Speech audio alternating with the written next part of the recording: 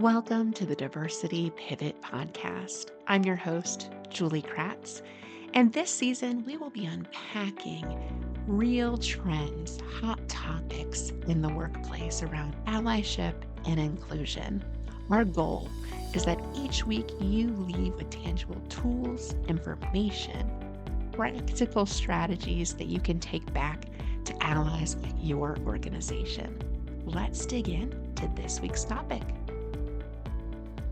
Welcome, listeners. We have a special guest with us this week. We have Aisha Suleiman, is an award-winning diversity and inclusion leader, strategist, and culture change consultant. She has made significant strides in fostering equitable workplaces, and her track record includes collaborating with global giants like Amazon and IPG media brands, where she currently serves as the head of diversity, equity, and inclusion for the EAME region, overseeing 21 diverse markets.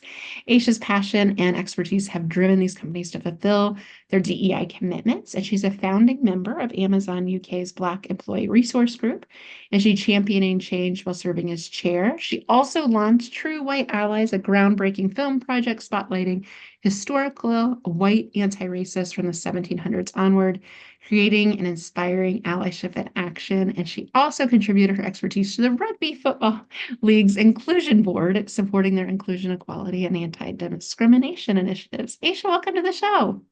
Thank you, Julie. It's always interesting hearing people read your bio because you're like, I did that. Rugby, Amazon, white allies. I mean, just all the things. It's so much diversity in your background, which makes sense given this work, but it's always fun to reflect on our accomplishments. Well, let's start there. You founded this organization, and I'm just so curious what led you to launch True White Allies. Yes. So True White Allies, I guess I would describe it as a short film project. And the reason I did it was because I was kind of frustrated from what I was hearing mostly from white colleagues. They would often talk about how they don't feel like it's their place to be allies and to talk about things like racism. Um, and I thought to myself, well, who do you look up to? Like, who are the people that have done this in the past? Because one thing we always talk about is how representation is important, right? You know, if you can't see it, you can't be it. And immediately when I wanted to think about, okay, who are the people who fought against injustice and inequality, I had all these examples, and all the people I could think of were Black. And I was like, oh, I don't think they have representation. I think that's probably part of the problem. They don't have these role models and people to sort of look up to. And so that was where that came from. It came from the frustration of, having to keep explaining to people that, hey, you do have a voice in this conversation. Your voice is really important. And because I couldn't answer the question of, okay, who were the white role models when it comes to anti-racism, I was like, you know what, I'm going to go find them. I'm sure someone has already done this. And I thought I would struggle, but I found loads. Like doing that project and doing all of the research for me, I'm really glad that I did it because every time I think about some of the people, I really focused on 8 of them, but there were so many of them. And it just sort of gave me hope. And I found it inspiring myself because I was like, this was not popular. You didn't have to do this. Like you could have just, went along with, what was the dominant narrative, but you didn't. And then it also even made me question, often people say, oh, that's the dominant narrative, that's how it was. But I was like, it's not like everyone just sort of agreed with it, right? A lot of people didn't agree with it. A lot of people stood up for these things. It's just that we forget about their stories, and the stories that of the people that are told are almost like the less radical people, the ones that are a bit more, I guess, polite. And so I wanted to, shine a light on the people who weren't as, polite in Mm-hmm. Didn't demanding always for play by the change. rules. Yeah, the people that play by the rules tend to get featured in history books, and the ones that are polite and gracious and wait their turn, right? Yeah. Yeah, it's interesting what narratives get showcased and which ones don't. So curious when you did your research, how did you find these folks? A lot of it was online. So looking up articles, but also like looking at so like old publications. So like, places where there were like newspaper prints that had been like photocopied and kept. And it was really amazing actually that some of this stuff was online. Because like with the British Library, for example, some of you can find a lot of like really, really old stuff. So that was where I found stuff about Elizabeth Hayrick. So in the UK, everybody knows someone who's called William Wilberforce, right? So when you say William Wilberforce, people are like, oh yeah, the guy who fought against slavery. Everyone knows who he is. But when I did the research, I found out that this woman, Elizabeth Hayrick, till date, every time I mention her to anyone, even people, by the way, who have studied history, you know who Elizabeth Hayrick is? Nobody knows who she is. But she went against William Wilberforce because during the time that in Britain people were fighting to abolish slave trade in the colonies, there was something called gradual abolition. So gradual abolition was, yeah, we can end slavery, but it's going to take time. Does that sound familiar? Yeah, it's going to take time. And, we have to do it gradually because we have to teach the enslaved people how to be free because they don't know how to be free, right?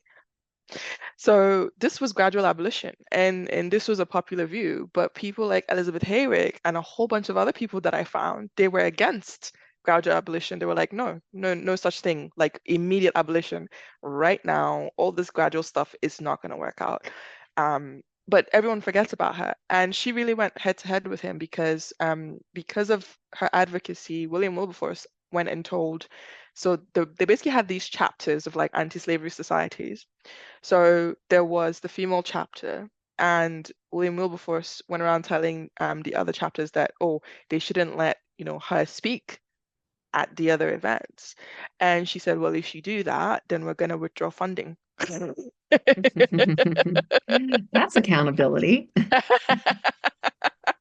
And she was even involved in there were these sugar boycotts as well that happened in Britain, because the idea was that sugar was one of the main things that was being produced due to the slave trade, and so they were like, well, if we all just boycott it, then we're basically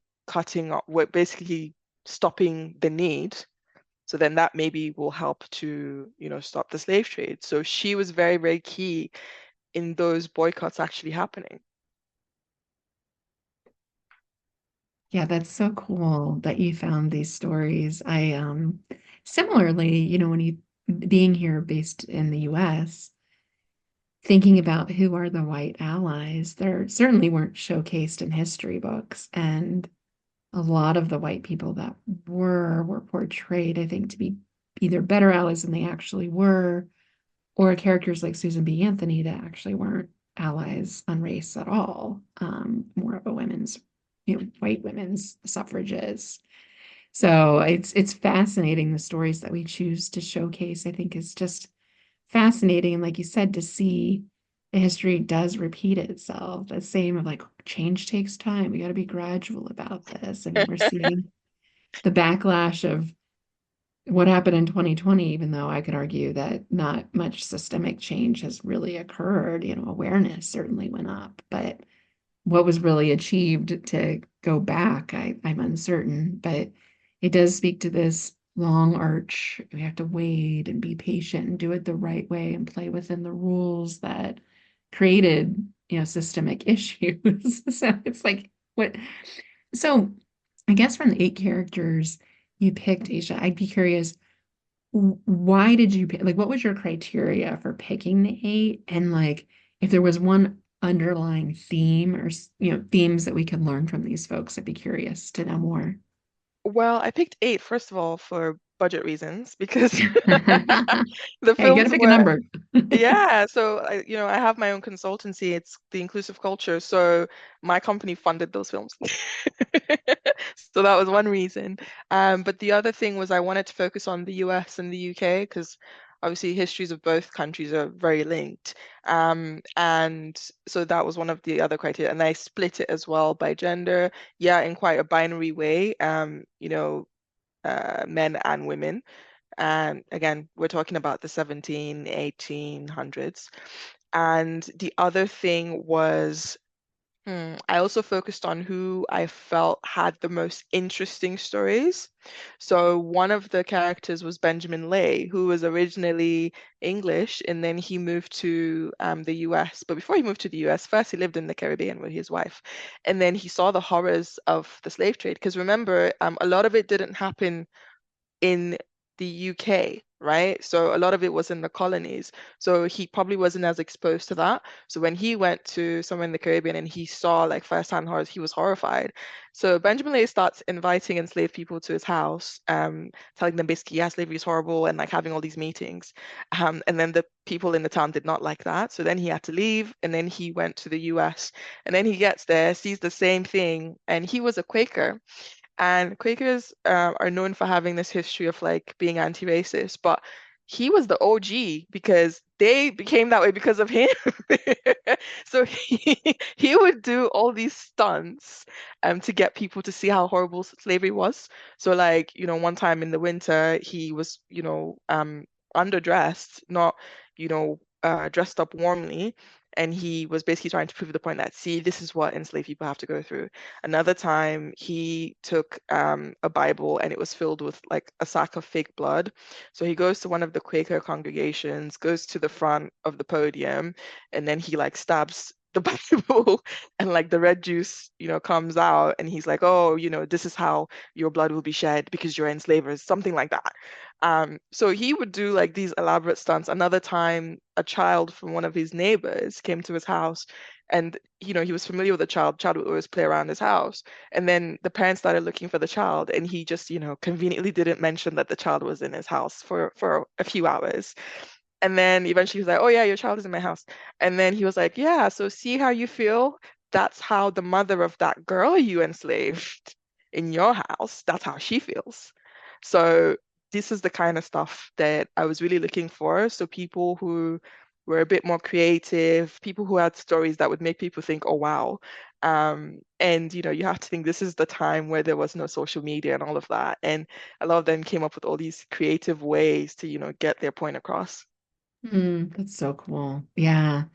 Yeah, it's like how you disrupt the status quo and show people what that would feel like for you, that empathy bridge. Yeah, that's so cool. And putting the film together, the project together, like what surprises did you find along the way? Like how did people react to it? It was interesting. So I've had mixed reviews. So some people were kind of like, it's giving white saviorism, which is interesting because I tried very hard to make sure that it didn't come across that way. Um, a little bit of it was, this is really, really good. So I understand the vision. This is really important. You're right. People do need these stories. And then I had a lot of people saying, actually, I'm going to keep this as a resource and I'm going to share it with a few of my white colleagues. So yeah, it's been mixed reviews, mostly positive, to be honest. And I haven't done too much promotion in terms of the marketing because I did it actually, what, 2 years ago? So I launched the films 2022 and haven't done that much marketing. But even on YouTube, I have like, I think 140 or 50 subscribers. And I think for me, the biggest thing that warmed my heart was all these people who commented and they were like, oh, that's my great great grandfather, or, this is my ancestor, thank you for telling their story. And I was just like floored. I was like, wow, I definitely did not expect that. I'm actually trying to see if I can turn it into a podcast series this time, not with my company's money. Trying to see if I can get sponsorship to, turn the stories into a podcast, but also I would love to all the places where they lived and like actually interview people, Yeah. even some of these people who are like, oh, that's my ancestor, like even exploring all of that. I think that could be quite interesting.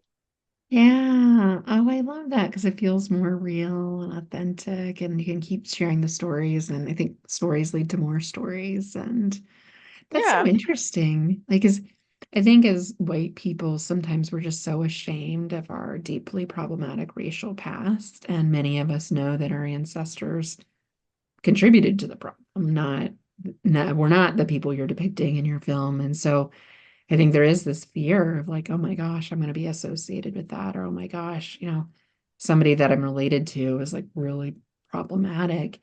And I don't know, for what it's worth, I agree with you. Like, you have to temper the saviorism versus allyship, right? There's such a fine line there, but I think it's really important that we embrace our history, good, bad, ugly, not perfect. Like, embrace it as an embrace it as an opportunity for us to all learn, because it's not, if we don't face it, like, how can we move forward? And I love that you found positive examples to kind of balance the narrative. I wonder, Asia, like, why do you think why do you think these stories aren't told? Like, why do they seem hidden, or why does it take someone to have to do a special project to find them? I think because if they were more known, then more people would probably be inspired to do stuff. Um, because, and again, it's almost like the sanitized Mm. version, right? So some of these folks, they went against the grain, they were radical in quote. And so if you put them up in as examples of people to sort of look up to, then it makes everyone else think, oh wow, like we need to really have this sense of urgency about this. Like let's go, let's go. Like yes, we're saying this is going to take time, but is it really going to take time? What's actually taking the time? So I think there's a bit of that as well. But also it's as you said, I think there's the shame aspect as well. Maybe there's the whole thing of, oh, we've been pushing this narrative that everyone sort of just went along with this, right? And that it was normal and everyone was okay with it. But now if we come and we say, actually, that wasn't the case, then it's like, oh, Yeah. yeah. So I think it's a bit of both of those things. Like, if you showcase these examples, then people will be like, maybe actually we should have the sense of urgency about things. Hmm. Yeah, yeah, yeah, totally, totally. When we normalize that behavior, it starts to feel like something I should be doing, something I should be questioning in the constraints of today's world. I wonder too, like, if there was one thing you wish, 2024 and beyond, and for your podcast project or where your work continues to go, what do you wish more allies did? I wish more people would focus on accessibility and disability inclusion. I would say my journey with that began many years ago. So this was when I was still working at Amazon, and I had the privilege of being friends with my friend Susie. So she started the Disability Network at the time. And I remember she gave me this book, and it's called Why Are You Pretending to Be Normal? It's a really small book. And it just basically talks about, what it means to be neurodivergent and to have a disability. And my mind was completely, blown away. And I was like, wow, this is so interesting. And then it just made me continue to learn more about, what it means to be neurodivergent, what it means to for someone to have a disability. And I just is fascinated the right word? I just became totally immersed in that, and I was like, wow, like there's so much that we need to do to make the world more accessible, right? And this is something that I always say to people in the Black community. I'm like, you need to think about even things like accessibility and disability, right? Because, for me, I'm a straight woman, neurotypical. Yes, I deal with things like racism, sexism, and so on. But it's like I say to people, imagine dealing with all the things you already deal with and then having a disability or being neurodivergent. Like it just adds another layer that, you just can't even begin to comprehend, right? And I find that with disability inclusion and accessibility, generally, I think we're still at that stage of, oh, I'm a good person, so I'm not, discriminating against anyone with disability. I'm like, you are. You really are. Like the most eye-opening thing I did was we at work, I pushed for us to hire an accessibility consultant. And when I say accessibility, I'm not just talking about wheelchair access, I'm talking about everything. So neurodiverse, all of it, right? And the company that we worked with, they're called Direct Access, and they're amazing. They've been doing this work for such a long time. So I had the opportunity to follow the founder around, Stephen, and he did an audit of our office, every single floor, and I followed him around. And when I tell you, I was completely mind blown, and I'm glad that I did it because he pointed out so many things that I would have never thought of, right? So I always say to people, and the beauty of it was because I was already used to hey, everyone is biased and you're not special if you're if you're biased, like everyone has it. When he was pointing out a lot of these things to me, I didn't sort of take it on and feel ashamed. I was like, yeah, of course I missed that. Like, I don't have this disability and I'm not neurodivergent in this particular way. Of course I wouldn't know that. So I didn't really feel a sense of shame. I just was like, yeah, I didn't know. And now it's being pointed out, and now we can do something about it. But it was because I've already done this for like so many years. And also, that's the advice I give to other people. I'm like, it's not about you. Please put your ego aside. Like, like it sounds rude, but I'm like, you're not special. This is a problem everybody has.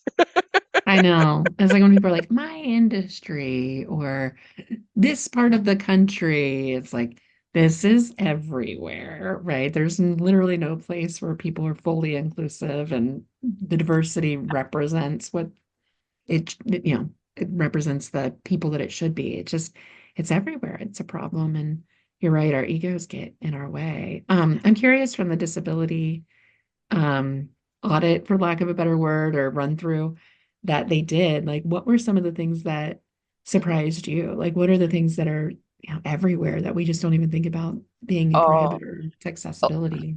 oh, the best one was in our kitchens. So we have shelves at the top and at the bottom. Um, and then he walked in and he looked at it and he said, all the plates are at the top and all the cutlery is at the bottom. Because, like normally with cutlery, you slide open the way kitchens tend to be. And he said to me, if you have someone who's of small stature, they can't reach the plates. And I was Yeah, like, oh my God. And I was like, when he said it, it was so obvious. But when you think about it, pretty much everyone's house that I've been to, that's the setup. You have the shelves at the top, you pull out the thingy, and the cutlery is at the bottom. And when he said that, I was like, yeah, of course that makes sense. I don't know why we're yeah, doing that. But the one thing I will say, like, if you observe someone doing the audit, and I did go on to do a course about it as well, you start seeing it everywhere.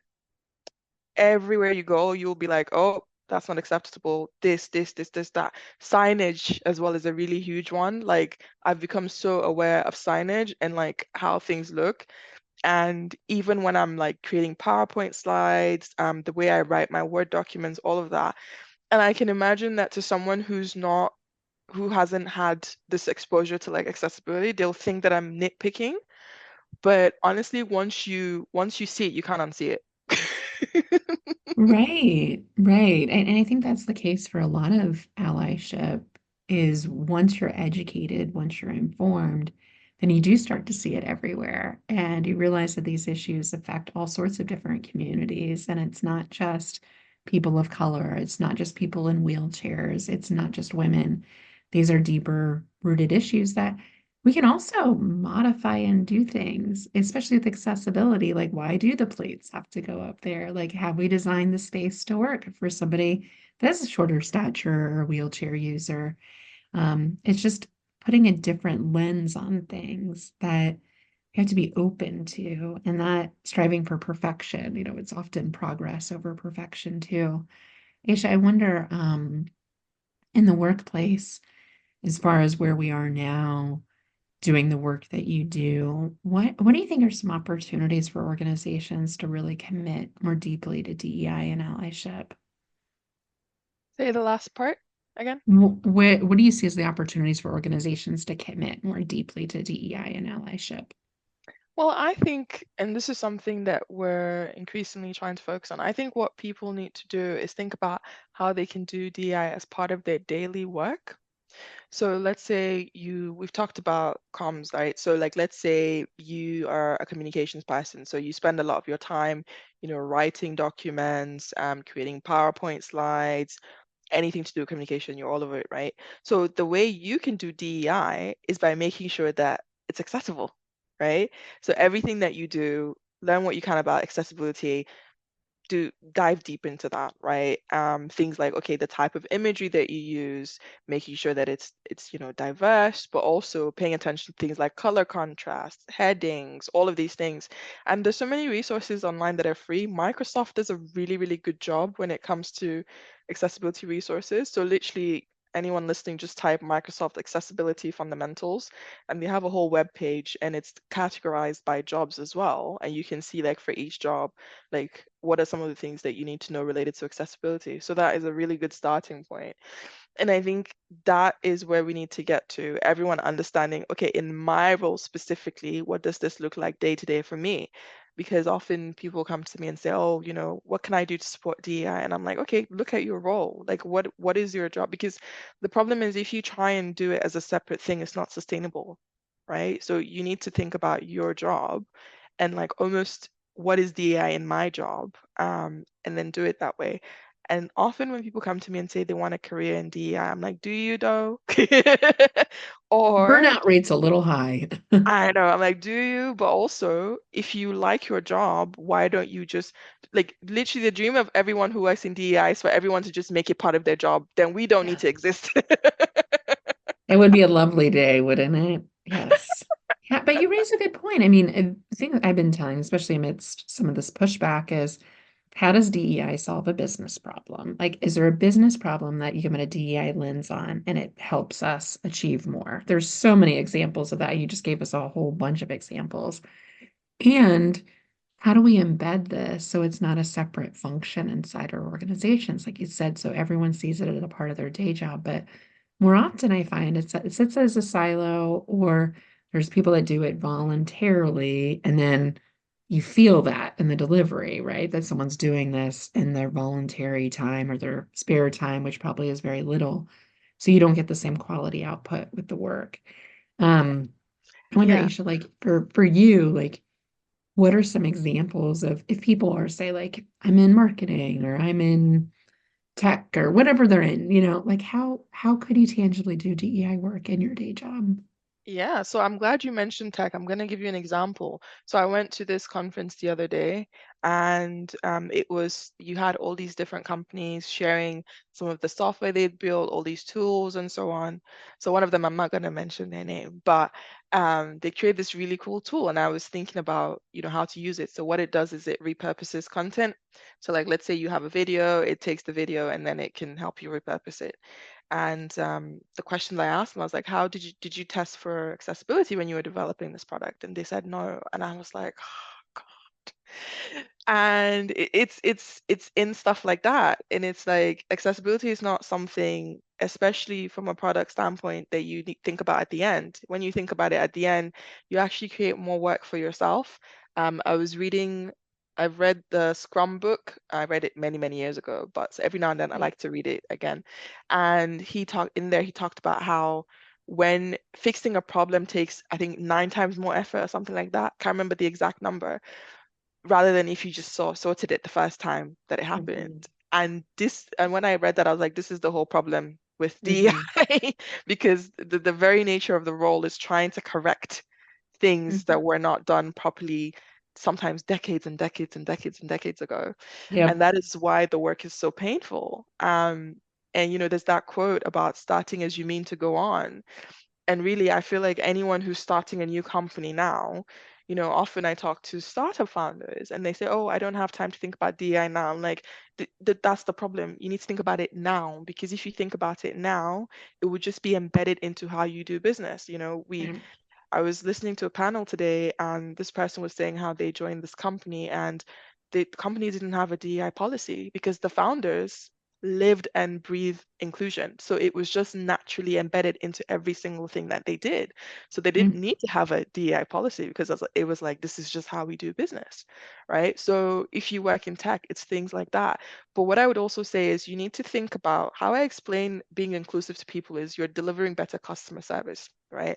So think about if we think about how engineers design apps or websites and so on, right? So some of them, what they do is they then go and do user research. So like, let's say Apple is trying to update their software, right? So they'll conduct some research.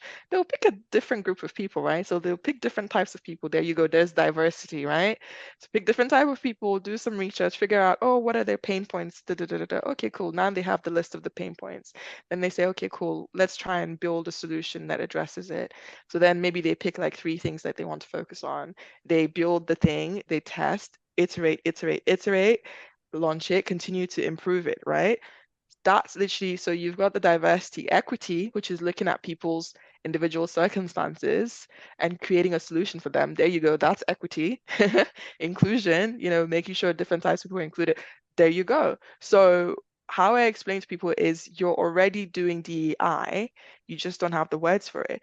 So when you are building a product or a service or a policy or whatever it is that you're doing in the workplace that is going to affect multiple groups of people, and you don't do that research, you're not actually delivering an excellent service because you've gone and designed something based on what you think or based on what a tiny group of people wants. So that is not actually excellent customer service. No, and with disability, chances are you're leaving out a quarter of the population. So that's massive too. It is funny how we design, we problem solve. Like when I was in marketing, it was like me marketing. Like we market to like someone like us. And it's like you're leaving out a huge part of the population. Yeah, But I the thing love the is, whole and the thing is, Julie, though, so like the other thing is, even if like, let's say you wanted to, so one thing that I often find is people say, oh, inclusion means including everybody all the time. No, it doesn't. So like, let's say, for example, I was running a company and I said, okay, I want to run a company and it's specifically for, let's say, single mothers, right?